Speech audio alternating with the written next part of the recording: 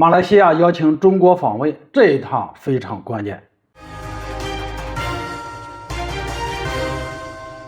大家好，我是肖运华。东南亚国家在中美这场博弈中被推在了风口浪尖，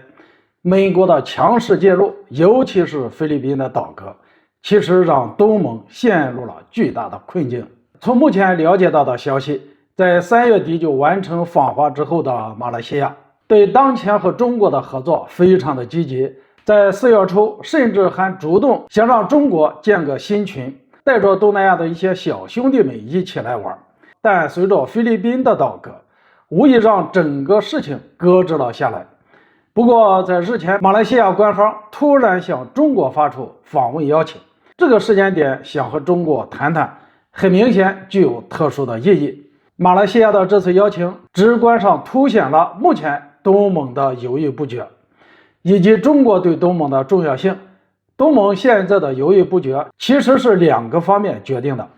一个是美国的介入，瘦死的骆驼比马大，中国不怕美国，不代表东南亚这些小国也不怕，尤其是美国的军事力量和影响力在东南亚渗透的非常厉害，真的出了事，中国会不会帮忙，东盟国家是拿不准的。另一个原因呢，就是中国在东盟本身也存在一些敏感的话题，首当其冲的自然就是南海问题。以往没有外部势力，大家开门做生意，这些问题就当作没有看见。可现在不行了，美国这一段时间一直在东南亚活动，就是将这些敏感的问题突出出来给东盟各国来看，想要以点破面，这在一定程度上其实动摇了东盟的想法。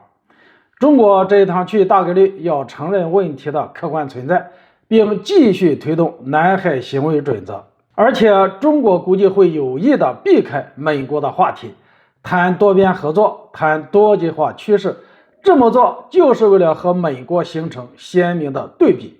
美国对东南亚的战略说穿了，其实根本没有考虑东盟的利益，